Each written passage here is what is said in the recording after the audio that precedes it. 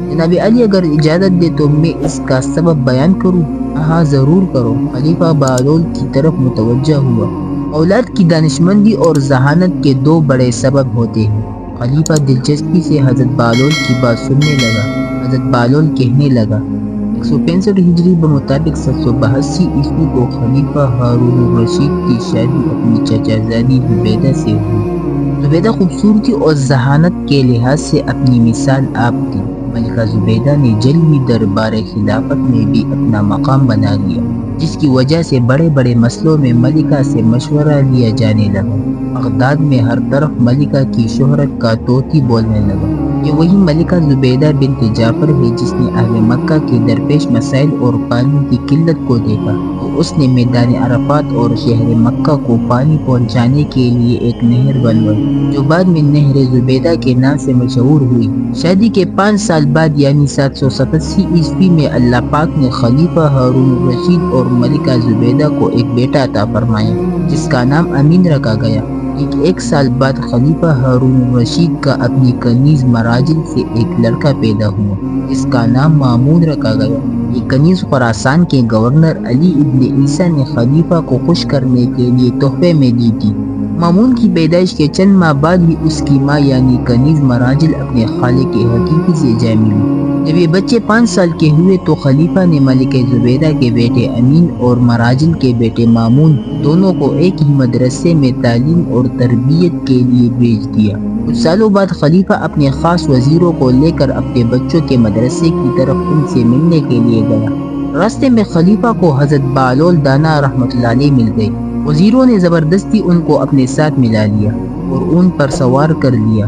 چنانچہ حضرت بہلول خلیفہ کے ساتھ ان کے بیٹے امین اور مامون کے مکتب پہنچ گئے۔ مکتب پہنچ کر خلیفہ نے استاد سے اپنے بچوں کی تعلیم اور تربیت اور ذہانت کے بارے میں دریافت کیا تو بچوں کے استاد محترم کہنے لگے، جناب علی، آپ کا بیٹا امین عورتوں کی سردار ملکہ زبیدہ جیسی ہوشیار اور عقل مند خاتون کا بیٹا ہے، لیکن وہ کن ذہن ہے، اسے کچھ بھی جلد سمجھ نہیں آتا، جبکہ مامون جو کہ ایک کنیز کا بیٹا ہے وہ بہت ذہین، دانشمند اور باوقار ہے۔ خلیفہ کہنے لگا، حیرت ہے، دونوں میرے ہی بیٹے ہیں لیکن دونوں کی ذہانت میں اتنا فرق کیسے ہو سکتا ہے؟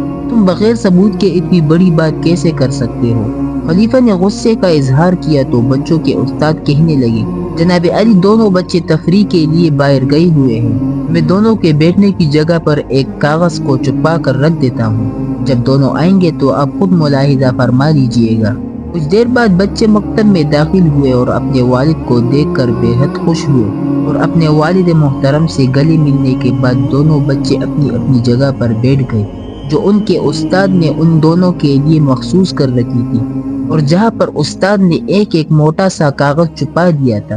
مامون بیٹھتے ہی کچھ عجیب نگاہوں سے ادھر ادھر دیکھنے لگا، جبکہ امین اپنی جگہ پر اطمینان سے بیٹھا رہا۔ کیا بات ہے مامون، کچھ بے چین نظر آتے ہو؟ آخر استاد نے مامون کی بے چینی کی وجہ پوچھ ہی لی۔ استاد محترم، میں اپنے بیٹھنے کی جگہ میں کچھ تبدیلی محسوس کرتا ہوں مگر سمجھ نہیں پا رہا، ایسا لگتا ہے جیسے میری جگہ پر کسی نے کاغذ چھپا رکھا ہو۔ امین، کیا تمہیں بھی کوئی تبدیلی محسوس ہو رہی ہے؟ امین نے جواب دیا، نہیں استاد محترم۔ خلیفہ تو جیسے حیران ہو کر رہ گیا اور سر کو پکڑ کر بیٹھ گیا۔ حضرت بہلول بھی یہ منظر دیکھ رہے تھے۔ بچوں کے استاد بولے، جناب علی، اگر اجازت ہو تو دوسرے کمرے میں چلتے ہیں۔ وہ بچوں کو ادھر چھوڑ کر دوسرے کمرے میں چلے گئے۔ خلیفہ نے حیرت زدہ ہو کر کہا، آخر کیا ماجرا ہے؟